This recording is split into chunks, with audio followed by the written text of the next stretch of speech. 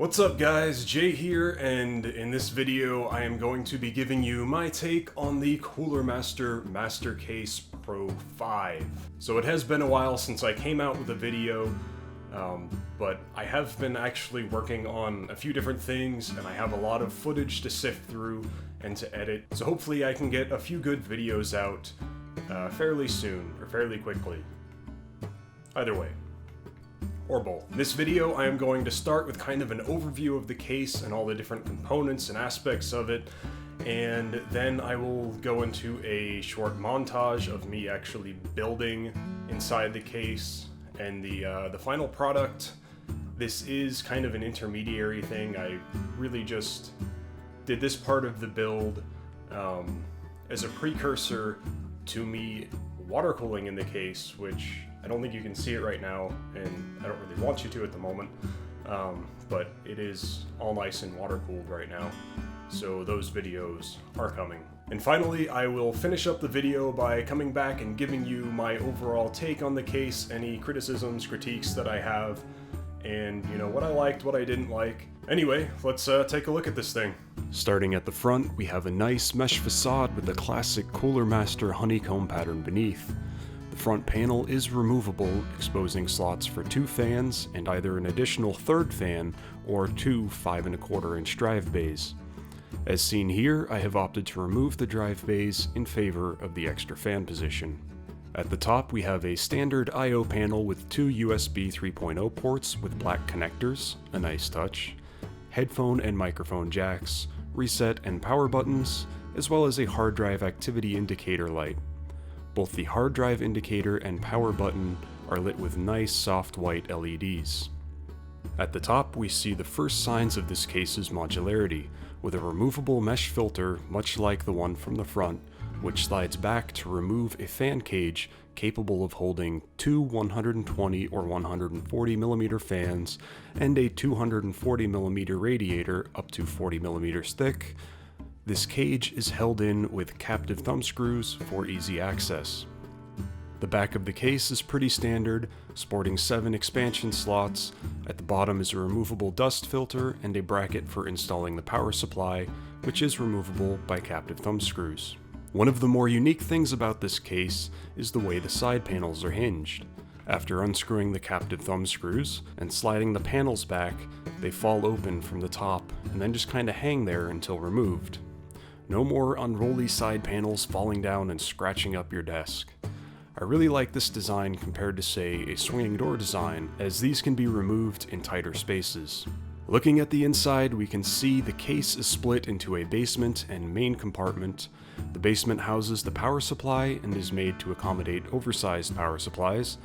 The power supply sits on a raised platform with rubber strips along the bottom to dampen vibrations.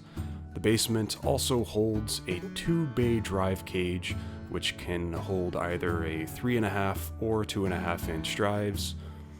The hard drive cage is removable and can be moved back to accommodate a front radiator.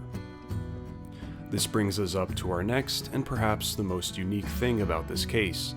The placement of the hard drive cages is completely customizable, and you can have as many or as little as you like. And like all other things, the drive cages are held in with captive thumb screws. Next up, we have some solid-state drive pockets. The drives can be mounted on top of the pockets and displayed, or they can be hidden inside. The drive pockets can be mounted on either the floor of the main compartment or concealed on the back of the motherboard tray, and are held in with, you guessed it, captive thumb screws. The case comes with 2 of these drive pockets, but 2 more can be purchased to occupy all 4 locations.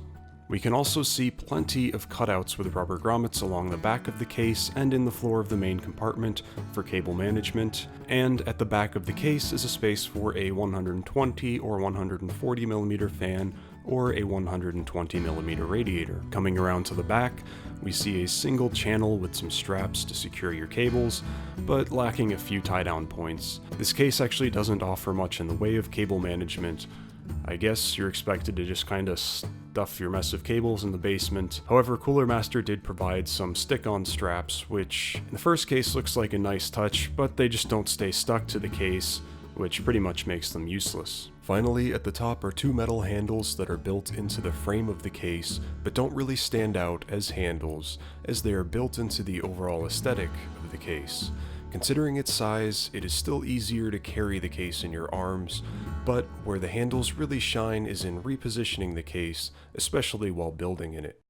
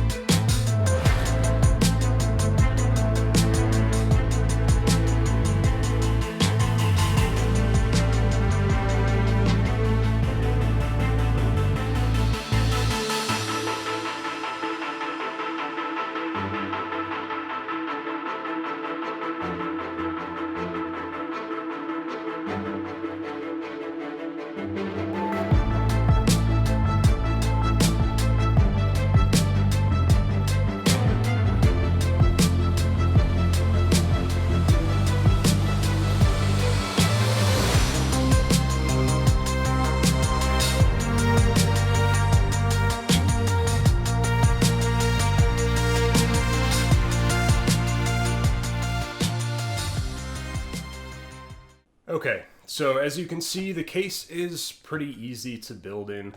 I was a big fan of all the modularity to it and all the captive thumb screws and everything. It made it very easy to work with. I did have a few kind of complaints.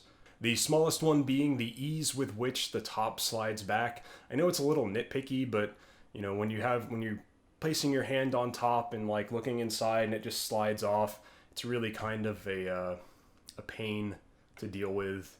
One of the bigger issues with the case was definitely the lack of cable management. They did supply these little like plastic anchor points that you can stick on, but they don't really stick to the powder coating on the case, and it seems like they kind of just looked at the case and were like, oh shoot, there's no cable management in this thing. Well, let's just throw these things in. Another small issue that I ran into was the power supply bracket not lining up after I had my power supply attached to it. That might have been just in my particular case, but it's something worth mentioning. And my final complaint is the fans that came with the case. I'm sure you noticed that I swapped them out for a couple Noctuas and a Corsair AF-140. The fans that came with the case were really cheap and really noisy. They seem to be the quality of fans that you could just pick up for like $2 or $3 a piece. I really would have rathered have seen the case either come with better fans, or if Cooler Master figured that people were going to be replacing the fans anyway, I feel like they should have just left them out. Overall, the case was a joy to build in. I really love the aesthetic of it. The angles and the lines and everything are really what drew me into the case, and I'm really pleased with the outcome.